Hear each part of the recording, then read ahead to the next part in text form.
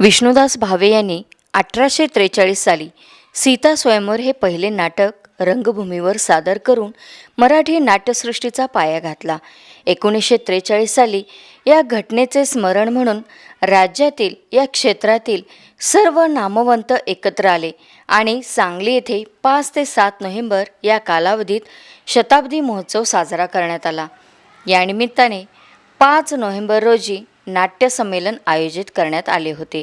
या संमेलनाचे अध्यक्ष व्ही. दा. सावरकर होते. याच दिवशी नाट्यविद्येच्या संवर्धनासाठी अखिल महाराष्ट्र नाट्यविद्या मंदिर समिती स्थापन करण्यात आली.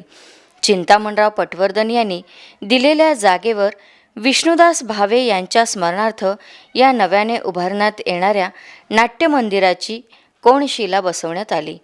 सीता स्वयंवर हे मराठीतील पहिले गद्य पद्य मिश्रित नाटक जन्मास आले. नृत्य, गायन, अभिनय, देव, गंधर्व, अप्सरा, ऋषी, विदूषक इत्यादींनी युक्त ही पौराणिक नाटके सर्वसामान्यांची करमणूक करू लागली. मराठी संगीत नाटकांनी तर मराठी माणसाच्या हृदयामध्ये कायमचे स्थान निर्माण केले. साधारणपणे 19व्या शतकाच्या मध्यावधीस सुरू झालेली मराठी नाट्यपरंपरा तेव्हापेक्षा कितीतरी पटीने जोपासली जात आहे. दररोज नवनवीन नाटके रताळले. रंगभूमीची परंपरा आजही 21व्या शतकात गतिमान युगात जोपासली जात आहे. नमस्कार, मी प्रज्ञा म्हेत्रे. सांगली मीडिया कम्युनिकेशन माय चॅनल प्रस्तुत नाटक आणि मी या कार्यक्रमामध्ये आपल्या सर्वांचं सहर्ष स्वागत. प्रेक्षको, नाटक म्हणजे काय असतं, त्यानंतर नाटकांचे विषय, जे समाज प्रबोधन करणारे अनेक नाटकं निर्माण होत आहेत, अनेक लेखक दिग्दर्शक इथं निर्माण होत आहेत. त्यानंतर नेपथ्य नाटकांमध्ये बॅकस्टेज जे काही काम करतात ते कलाकार असतील, प्रत्येक नाटकातली गोष्ट आणि गोष्ट किती महत्त्वाची आहे, त्याचा अभ्यास कसा करावा लागतो, त्यानंतर नाटकांचं सादरीकरण कसं असेल, नाटकांमध्ये घडणाऱ्या गमती जमती कशा असतात, अशा वेगवेगळ्या ज्या घटना आपल्या या रंगभूमीवर घडत असतात, तर त्या कशा घडतायत, काय घडतायत याचं प्रक्षेपण आपल्याला या सांगली मीडियाकडून मिळत असतं. तर आता नाटक आणि मी या कार्यक्रमाच्या माध्यमातून आपण आपल्या या नाट्यपंढरीतील सांगली, मिरज या भागातील वेगवेगळ्या क्षेत्रातील जे आपले नाट्य कलाकार आहेत, जे वेगवेगळ्या भूमिका पार पडत असतात, तर त्यांच्याशी आपण बातचीत करत आहोत या कार्यक्रमाच्या माध्यमातून. आणि आज आपण अशा एक दिग्गज नाट्य कलाकाराशी बातचीत करणार आहोत, जे संस्कृत नाटक हा त्यांचा महत्त्वाचा विषय आहे. त्यानंतर दिग्दर्शन असेल, बालनाट्य हा विषय खूप महत्त्वाचा आहे. तर आता ते कोण आहेत कलाकार आणि त्यांचे काय आहेत अनुभव, हे आता आपण जाणून घेऊया. नमस्कार, मी प्रीतम दिलीप जोशी. सांगलीमध्ये संस्कृत नाटक आणि लहान मुलांची बालनाट्य सादर करण्यावर माझा जास्त भर आहे. नमस्कार सर, मी प्रज्ञा म्हेत्रे. सांगली मीडिया कम्युनिकेशन माय टी व्ही चॅनल प्रस्तुत नाटक आणि मी या कार्यक्रमामध्ये आपलं हार्दिक स्वागत आहे सर. धन्यवाद. आता आपण संस्कृत नाटक म्हणजे आत्तापर्यंत आपण अनेक कलाकारांशी बातचीत केली, पण संस्कृत नाटक हे जे काय, ही एक कन्सेप्ट म्हणजे कशी आहे, काय आहे, किंवा या कन्सेप्टला आपण का स्वीकार केला, याचं महत्त्व काय आहे, हे आमच्या प्रेक्षकांना नक्की जाणून घ्यायला आवडेल. तसं संस्कृत नाटक म्हणजे नाटकाची मूळजन्मी ही संस्कृतमधून झाली. संस्कृत नाट्य परंपरा ही फार प्राचीन काळापासून आहे. संस्कृत भाषेमध्ये अनेक नाटकं लिहिली गेली आणि ज्याचं सादरीकरण देखील झालं. परंतु कालौघात ती नाट्य परंपरा थोडी थंडावली गेली, बंद पडली. परंतु नंतरच्या काळामध्ये म्हणजे गेल्या 30-40 वर्षामध्ये पुन्हा एकदा काही संस्था नव्यानं संस्कृत नाटकं करू लागल्या आणि विद्यापीठ स्तरांवर संस्कृत नाटकं केली जायला लागली. मीही माझ्या विद्यापीठीय जीवनामध्ये पुणे विद्यापीठामध्ये असताना पहिल्यांदा संस्कृत नाटकांमध्ये भाग घेतला आणि संस्कृत नाटक नेमकं काय आहे आणि त्यामध्ये काय स्थित्यंतर झालं याचा थोडासा अभ्यास करून मग संस्कृत नाटकं करायला लागलो. आणि गेली 8-10 वर्ष सातत्यानं दरवर्षी मी संस्कृत नाटकं करतो.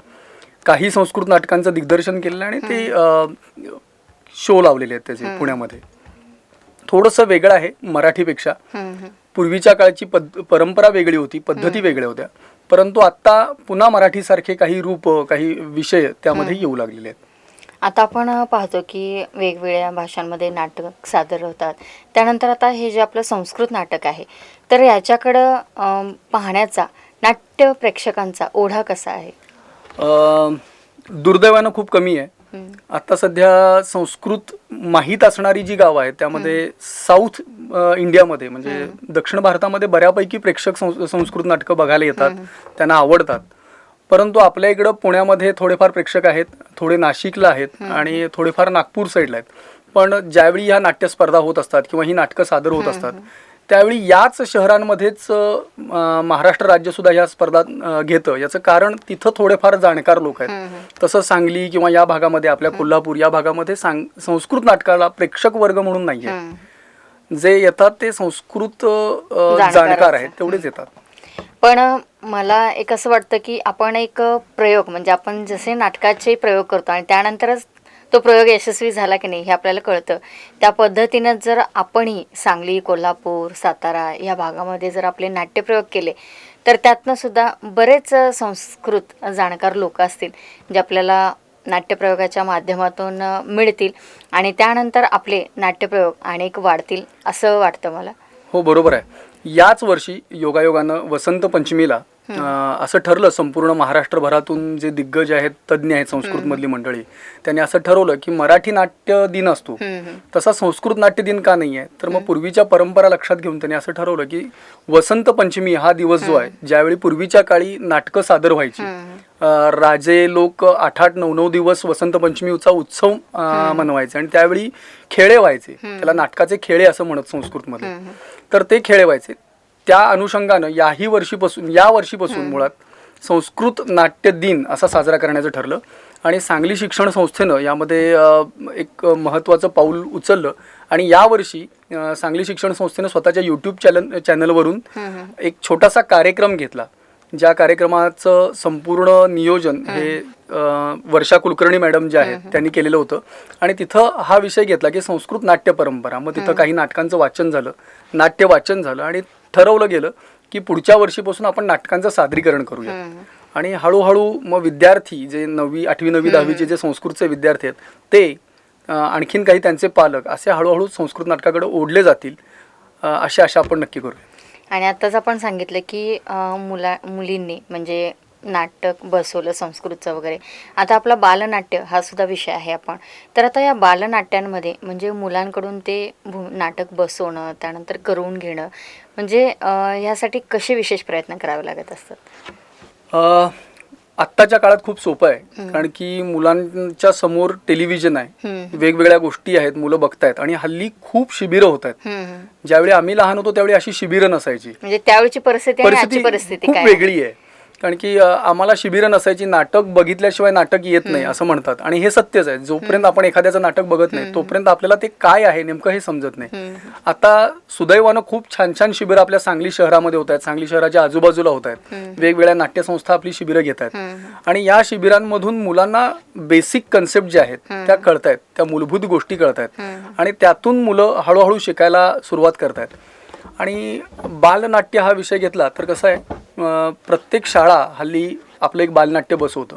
पूर्वीच्या काळी हे फक्त गॅदरिंग पुरतं मर्यादित असायचं, 10 मिनिटाचं 15 मिनिटाची लघुनाटिका व्हायच्या.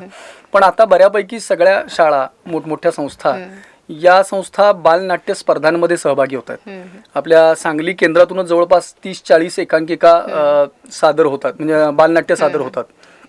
त्यामुळं ह्या मुलांच्याकडून बसून घ्यायला खूप मजा येते. लहान मुलांच्यात खूप एनर्जी असते आणि त्या एनर्जीचा कुठेतरी चांगल्या पद्धतीनं वापर झाला ना, ती मुलंही खुश होतात आणि त्यांच्याकडून चांगलं करून घ्यायला मजाही येते. आता सर हे बालनाट्याचे जे काही म्हणजे आता आपण पाहतो की बऱ्याच नाटकांमध्ये सामाजिक प्रबोधन करणारे, संदेश देणारे नाटक सादर केले जातात. तसं बालनाट्यांमध्ये कोणते विषय हाताळले जातात? त्यामध्ये 2 प्रकार आहेत. एक काही लोकांचं म्हणणं असं आहे की बालनाट्य हे लहान मुलांच्या भावविश्वावर आधारित असावं आणि दुसरं आहे की आत्ताच्या कालावधीमध्ये मुलांचं भावविश्व हे खूप बदललेलं आहे आणि त्यामुळं ते सगळेच विषय लहान मुलांना, बरेच विषय आता न्यूज चॅनलमधून, पेपरमधून लहान मुलांना मोठमोठ्या गोष्टी पण समजत आहेत, त्या त्यांच्या कानावर पडतायत, ते ऐकतायत, लहान मुलं त्याचा विचार करतात. याही सगळ्या सामाजिक गोष्टी या बालनाट्याचा एक भाग बनू शकतात. आणि आता बऱ्यापैकी सगळे जी नाटकं आपण या स्पर्धांमध्ये बघतोय, तर या स्पर्धांमधून येणारी नाटकं ही या सगळ्या सामाजिक घटनांवर भाष्य करणारी आहेत. लहान मुलांचं याच्याकडे बघण्याचा दृष्टिकोन काय आहे हा विचार करून लेखकांनी नाटकं लिहिलेली आहेत आणि त्याचं सादरीकरण झालेलं आहे. आपल्या सांगली शहरातून जी बरीच नाटकं झाली त्यामध्ये अगदी अंतिम फेरीपर्यंत मिरजकर सरांसारख्या सरांचं नाटक गेलं. तर याही नाटकांमधून त्यांनी सामाजिक जी काही समस्या आहे त्या सामाजिक समस्येला मुलांच्या अंगातून कसं बघता येईल असा विचार केला आणि त्यानुसार ही नाटकं दिग्दर्शित केली. आणि तोच विषय खास करून लहान मुलांना खूप आवडतो. ती नाटकं बघायला लहान मुलं येतात. पूर्वीचा काळ कसा होता की लहान मुलांची नाटकं म्हटलं की एक जादूगार पाहिजे, चेटकीण पाहिजे किंवा अलबत्या गलबत्यासारखी नाटकं. अर्थात ती नाटकं एक करमणूक म्हणून ठीक पाहायला आहे, छान होतं. पण हल्ली मुलांना ही नाटकं आवडतात की जी नाटकं सामाजिक विषयावर आधारित आहेत. म्हणजे आता आपण पाहतो की बऱ्याच नाटकांमध्ये म्हणजे असे वेगवेगळे अगदी संवेदनशील विषय सुद्धा अगदी अलगदपणे बालनाट्याच्या माध्यमातून मुलं आपल्या पालकांसमोर आणतायत. म्हणजे त्यामुळं पालक सुद्धा आता जागृत होत आहेत की खरोखर म्हणजे कुठं आपलं चुकतंय किंवा काय. एक समाज प्रबोधन करणारी सुद्धा नाटकं निर्माण होत आहेत. निश्चितच. आणि याचं सगळं श्रेय हे नवीन नवीन लेखकांना आहे. पूर्वीच्या काही एका कन्सेप्टच्या आड ते दडून राहिलेले नाही आहेत. लेखक जे आहेत ते नव्यानं येत आहेत, खुलून येत आहेत आणि नवीन समस्या ह्या मुलांच्या दृष्टिकोनातून कशा असतील आणि मुलं त्याच्यावर कशी रिॲक्ट होतील यासारखे विषय हल्ली नाटकातून येत आहेत. आणि त्यामुळं बालनाट्य ही फक्त आता पूर्वीच्यासारखी काही जंगलातली पात्र किंवा काही पर्याय यांच्यापुरती मर्यादित राहिलेली नाही आहेत.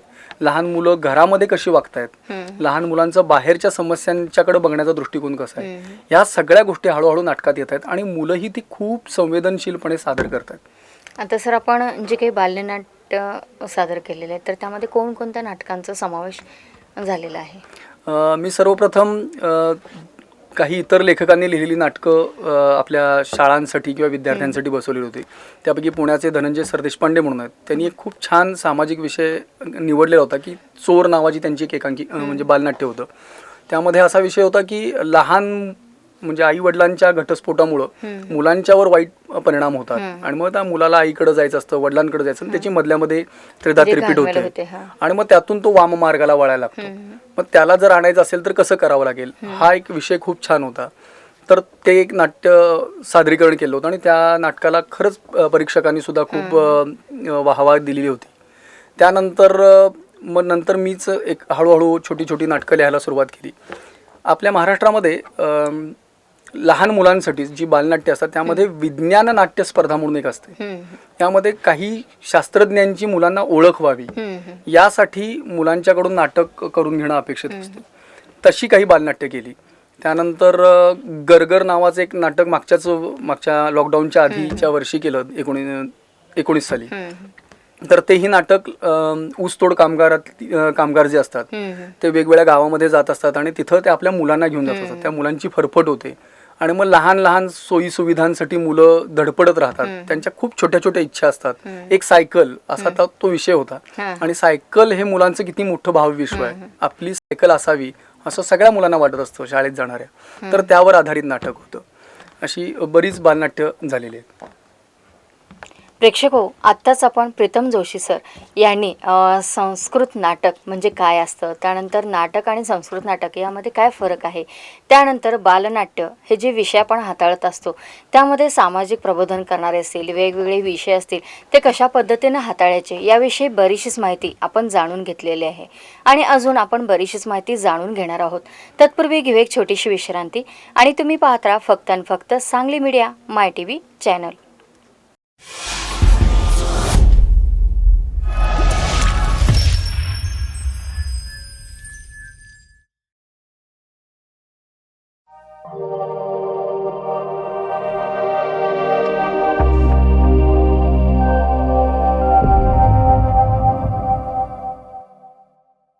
I am Dhundiraj Govind Phalke from India. I want to make a motion picture. Can you help? 3 मे 1913 रोजी दादासाहेब फाळके यांनी राजा हरिश्चंद्र नावाचा पहिला भारतीय चित्रपट बनवला. या चित्रपट सृष्टीला 100 वर्षापेक्षा जास्त मोठा इतिहास आहे.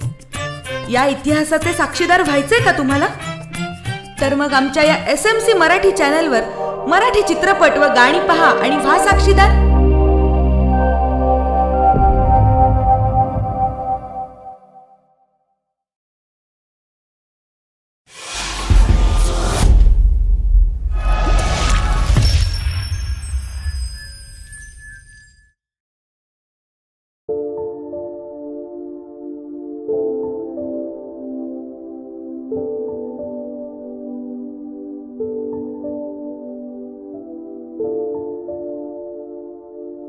छोट्याशा विश्रांतीनंतर आपण परत आलो आहोत नाटक आणि मी या कार्यक्रमामध्ये.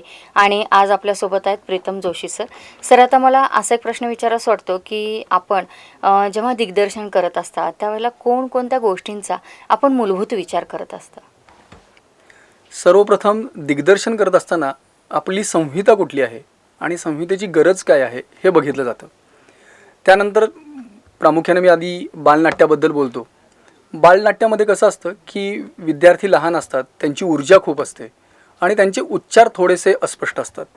मुळात नाटकामध्ये उच्चारांना आणि शब्दाच्या अर्थाला खूप महत्त्व असतं. लेखकानं लिहिलेले संवाद त्याच्या अगदी योग्य उच्चारानिशी प्रेक्षकांच्यापर्यंत पोहोचवणं हे अत्यंत आवश्यक असतं आणि मग हाच सराव बालनाट्यामध्ये सर्वात महत्त्वाचा ठरतो. त्यानंतर मूवमेंट म्हणजे हालचाल, रंगमंचावरची तुमची हालचाल सहज व्हावी यासाठी काही सराव करून घेतले जातात आणि मग एक एक पात्र विद्यार्थ्यांना समजून सांगितलं जातं आणि मग त्या मुलांच्याकडून हळूहळू ते नाटक साकारलं जातं. संस्कृत नाटकाच्या बाबतीत बघायला गेलं तर संस्कृत नाटकाची पद्धत ही आत्ता जरा मराठी नाटकांसारखीच झालेली आहे. पूर्वीच्या काळी संस्कृत नाटक म्हणजे लाऊड अभिनय असा एक ठरलेलं होतं, परंतु आता थोडाफार बदल होत आला आहे त्यामध्ये. आता अगदी नव्या पद्धतीनं संस्कृत नाटकं सादर होत आहेत. त्यासाठी ही संहिता कोणती आहे, संहितेच्या बरोबर आपल्याला जे काही लागणार आहे ते नेपथ्याचा विचार, त्याचबरोबर कलाकारांची देहबोली, कलाकारांचे स्पष्ट उच्चार. संस्कृतमध्ये मुळात सगळ्यात महत्त्वाची गोष्ट असते ती शब्दांचे उच्चार आणि त्याचबरोबर जे वाक्य बोललं जातं त्या वाक्याचं व्याकरणदृष्ट्या शुद्ध असणं. संस्कृत नाटकांमध्ये हेच बघितलं जातं की जे लिहिलेलं आहे ते योग्य आहे की नाही, ते शुद्ध आहे की नाही आणि ते योग्य पद्धतीनं पोहोचतं की नाही. त्यामध्ये दोन गोष्टी आहेत. एकतर संस्कृत नाटक करत असताना इंग्रजी किंवा इतर भाषांचा वापर कमी करणं आणि आहे ते संपूर्ण 100% संस्कृतमधून संवाद फेक करणं हे जास्त महत्त्वाचं असतं. त्यामुळं मुळात कलाकारांचे उच्चार आणि त्यांचं डायलॉग डिलिव्हरी आपण ज्याला म्हणतो ते सोप्या पद्धतीनं करणं आणि ते चांगल्या पद्धतीनं होणं हे आवश्यक आहे. आणि त्यानंतर मग दिग्दर्शकाचं मूळ काम असतं ते त्या संस्कृत नाटकाच्या संपूर्ण थीमला किंवा त्या नाटकाच्या संहितेला अनुसरून त्या कलाकारांच्याकडून अभिनय करून घेणं. सर, आता आपण पाहतो की या कोरोना काळामुळं म्हणजे आपल्या या रंगभूमीवर किती मोठा एक फटका म्हणावा लागेल की जो आपल्या या नाट्य कलाकारांसाठी झालेला आहे आणि आपल्या नाट्य प्रेक्षकांनासुद्धा बरेच दिवस झाले की नाटकांचे कुठं प्रयोगही नाही आहेत, काय नाही आहे. आता हे झालं आपल्या या नाट्य कलाकारांचं. यानंतर विषय येतो तो बालनाट्य कलाकार. तर आता यांच्यावर कितपत परिणाम झाले आहे की ज्यांना कुठंतरी आपले अभिनय सादर करायचं कुठंतरी एक स्टेज मिळत होतं, आता त्यांची अवस्था काय आणि त्यासाठी आपल्याला काय प्रयत्न करावा लागणार आहे? खरं सांगायचं झालं तर याही मुलांना एकतर 9 ते 10 महिने घरामध्ये बसून अत्यंत कंटाळा आलेला आहे. लहान मुलांना ज्यावेळी नाटकांची ओढ लागते, ज्यावेळी आवड निर्माण होते ना त्यावेळी त्यांना स्वस्थ बसवत नाही. आपण कसं असतो आपल्या कामातून आपल्या प्रत्येक बिझी शेड्यूल मधून आपण वेळ काढून नाटकं करत असतो, रात्रीच्या वेळी संध्याकाळच्या वेळी प्रॅक्टिस करत असतो. पण लहान मुलांचं तसं नसतं. ते एकदा डोक्यात घेतलं ना ते दिवसभर त्यांचं ते चालू राहतं. म्हणजे शाळेच्या कालावधीमध्ये ज्यावेळी आम्ही मुलांच्याकडून नाटकं बसवतो त्यावेळी त्यांना पहिल्या तासापासून नाटक करायचं असतं. तशीच अवस्था त्यांची झाली. बऱ्याच वेळेला या संपूर्ण लॉकडाऊन पिरियडमध्ये सर नाटक कधी करायचं, सर पुढच्या वेळी नाटक कधी करायचं असा विषय होता. शासनाच्या आदेशानुसार जशा शाळा सुरू झाल्या तसं नाटकात काम करणारी मुलं येऊन भेटायला आली. सर ह्या वर्षी नाटक करायचं का, यावर्षी कोणतं नाटक करायचं, सर मला सांगा की मला घेणार का, अशा सगळ्या चौकशी सुरू झाल्या. मुळात मुलांच्या मध्ये सुद्धा ती आहे आवड आणि त्यांना ते करायचं आहे, नाटक करण्याची त्यांची इच्छा आहे. फक्त या परिस्थितीमुळं त्यांचे हात बांधले गेलेले आहेत. आणि दुसरी गोष्ट अशी झाली की या सगळ्या कालावधीमध्ये बऱ्याच विद्यार्थ्यांनी वेगवेगळ्या लोकांची नाटकं बघितली, पूर्ण काही वेब शोज बघितले, वेगळा त्यांचाही नाटकाच्या दृष्टीनं अभ्यास झाला. काही लोकांनी नाटकाच्या संहिता मागून म्हणजे स्क्रिप्ट मागून वाचल्या. तर या मुलां स्वतःहून त्यांच्यात आत्मविकास होण्यासाठी हा काळ पण तेवढाच उपयोगी ठरला. बऱ्याच वेळेला असं होतं की आम्ही मुलांना सांगतो की हे जरा जे आहे ना ते तुझ्या मोबाईलवर शूट करून घे आणि नंतर घरी जाऊन बघ. परंतु शाळेच्या दगदगीमधून त्या क्लास ट्युशन यातून त्यांना वेळ मिळालेला नसतो स्वतःमध्ये डेव्हलप व्हायला किंवा उच्चारांचं स्पष्टीकरण करण्याला. तर त्या सगळ्या गोष्टी खूप सोप्या गेल्यात आता, म्हणजे ह्या कालावधीमध्ये या मुलांनी खूप वापर करून घेतलाय. बऱ्याच वेळेला बरेच विद्यार्थी किंवा नाटकात काम करणारी ती लहान मुलं संपर्क साधतात की सर आता मी हे केले बरं का, आता मी हे स्तोत्र पाठ केले, त्या स्तोत्रामुळं माझे उच्चार चांगले झाले, किंवा मी हे नाटक बघितलं सर, या नाटकामधला हा अभिनय मला आवडला, मी अशा पद्धतीने अभिनय करून दाखवू शकतो. मग बऱ्याच मुलांनी आपल्या छोट्या छोट्या व्हिडिओ क्लिप केल्या. मध्यंतरीत एक टिकटॉक ॲप्लिकेशन आलेलं होतं की ज्याच्यामध्ये मुलं स्वतःचे व्हिडिओ करत होते. तर तशा प्रकारचे व्हिडिओ मुलांनी पण तयार केले, मुलांनी पाठवले. हळूहळू मुलं ही आता यामध्ये पुन्हा यायला लागलेली आहेत आणि त्यांची खूप इच्छा आहे की या सगळ्या गोष्टी आता पुन्हा सुरळीतपणे चालू व्हाव्यात. सर, आता आपण संस्कृत नाटकाचा मगाशीच विषय झाला, तर आपल्या या नाट्य रसिकांना आपण हे संस्कृत नाटक म्हणजे हे देखील कसं पाहावं किंवा याचा सुद्धा अनुभव घ्यावा, याबद्दल आपण काय सांगाल? मुळात संस्कृत ही फार वेगळी भाषा नाही आहे. आपल्या मराठीमध्ये संस्कृतमधले बरेचसे शब्द आहेत, किंबहुना जवळपास सगळ्या भारतीय भाषांमध्ये संस्कृतमधले शब्द हे 70 ते 80% आहेत. त्यामुळे ती समजायला सोपी आहे. थोडंसं लक्ष देऊन ऐकलं की खूप वेगानं ती भाषा आपल्याला समजता येते. पण दुर्दैवानं संस्कृत नाटकं बघायला लोक येत नाहीत. मला त्यांना एवढंच सांगायचं की एकदा येऊन बघा. संस्कृत नाटक हे फार मोठं नसतं. साधारण 1.5 तासापर्यंत 1 ते 1.5 तासाची नाटकं हल्ली संस्कृत नाटकं होत आहेत. तर ही नाटकं तुम्ही बघितलीत, 1 तास जरी नाटक बघितलं तरी त्यातल्या बऱ्याचशा गोष्टी तुम्हाला समजतात. मुळात नाटक हा दृश्य काव्य प्रकार आहे, त्यामुळं तो समजत जातो. जसं जसं चित्र हालत जातं, समोरचा अभिनेता अभिनय करत जातो, तशा पद्धतीनं ते नाटक समजत जातं. मुळात संस्कृत नाटक समजून घेण्यासाठी सर्व प्रेक्षकांनी आपलं मन खुलं ठेवलं पाहिजे. आणि मला ही भाषा जरी समजली नाही तरी त्या जे काही हालतायत, जे काही करतायत, जे काही त्यांचा अभिनय आहे तो तरी मला समजू शकतो, असा समज घेऊन, असा विचार डोक्यात घेऊन संस्कृत नाटक बघायला आलं पाहिजे.